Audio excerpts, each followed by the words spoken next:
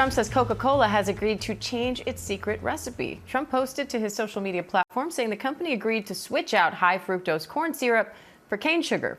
Coca-Cola hasn't confirmed the change, but is it actually healthier? ABC News senior national correspondent Steve Osunsami takes a look.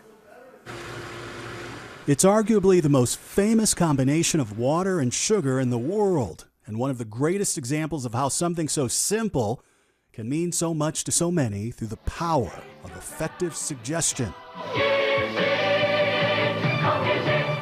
And some very smart people at Coca-Cola headquarters in Atlanta have spent years convincing the planet that Coke is it, and very famously taught the world to sing about their soft drink in perfect harmony. I'd like to buy the world a Coke and keep it company. So when the president announced Wednesday that he had convinced the Coca-Cola company to regularly start using real cane sugar in their secret recipe, something they haven't done stateside in decades, it appeared to many another example of the president reshaping an American institution.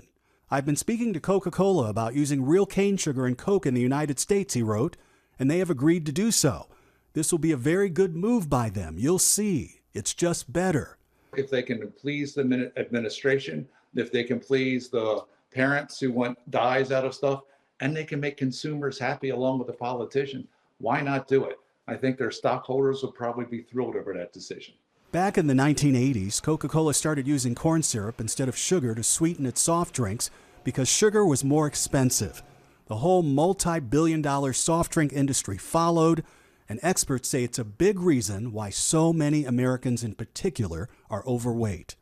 And it's not that corn syrup is any worse for you than cane sugar. It's just that in America, corn is king, which makes it easier and cheaper for the people who make our food to put so much of it in everything. High fructose corn syrup comes in a liquid form, so it is more easily mixed, combined in foods. It also is more easily stored, and therefore it is cheaper. The president loves him some Coca-Cola. He's clearly a Diet Coke man.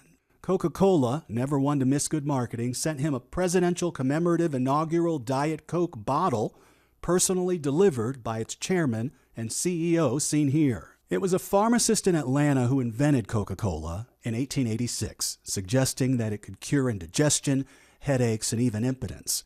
He named it after two of its ingredients, an extract of the coca leaf and the cola nut, which is a natural source of caffeine. And by World War II, people across South America and Europe were enjoying this taste of America.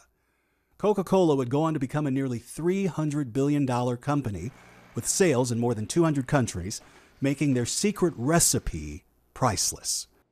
12 years ago, we met a man and his wife in Georgia who claimed they found a copy buried in an old box they picked up at an antique sale. At the time, he was selling the secret formula on eBay for $5 million. On page 83 of the extractor is the original Coca-Cola formula, which might serve as a source of preparation information. Coca-Cola wasted no time telling us it was nonsense. There's only one copy of the formula, and if you look over my shoulder, you can see the vault where it's stored. And believe me, there's plenty of protection, plenty of security. Today, Coke won't confirm that they're changing anything, in America at least, saying in a statement that we appreciate President Trump's enthusiasm for our iconic Coca-Cola brand. More details on new innovative offerings within our Coca-Cola product range will be shared soon. They're already using cane sugar and Coca-Cola soft drinks sold in many other parts of the world. But there's no doubt the company remembers what happened stateside when they tried to change their famous drink with New Coke in 1985 and Coke 2 in 1990. Americans said no. If they do make the change now, it's a whole different situation. Now they're more going back to what really is Coke Classic, Coca-Cola sugar. So this time, a recipe change might just be what folks are looking for. And it's not like there aren't any other choices. Pepsi, for example, has been serving a real sugar brand of their soft drink for more than a decade. But it's Coca-Cola that is as iconic as Uncle Sam and American as apple pie, where the recipe doesn't change without someone noticing. Steve Osunsami, thank you. And let's bring in Dr. Will Bulsciewicz, a New York Times bestselling author and board-certified internal medicine and gastroenterologist. for more. Dr. Bulsciewicz, thanks so much for coming on. I'm interested here because high fructose corn syrup has gotten a bad rap over the years, but you say that swapping it for cane sugar doesn't make soda any healthier. Why not? Yeah, we're not taking a step towards turning Coca-Cola into a health beverage here, Diane. We have a problem with added sugar in America, and added sugar contributes to our obesity epidemic, risk of diabetes, other metabolic diseases, inflammatory conditions. I'm a gut doctor. It contributes to many different gut disorders. There was a study that I looked at where they looked at medical students, and if they consumed 25 grams of sugar in a day, it increased the risk of ADHD by 80%. If you consume 16 ounces of Coca-Cola, you would have more than double that, Diane. Okay, but it's one thing to say that Coke is now not going to become, a health beverage, and then to say that the swap doesn't make any positive difference at all. Which one is it? Does this make any positive change? A marginal difference, Diane. A marginal difference. I mean, I think if anything, this is more of an opportunity for us to take a moment nationally and discuss this issue that we have with sugar-sweetened beverages. Sugar clearly is a problem in America.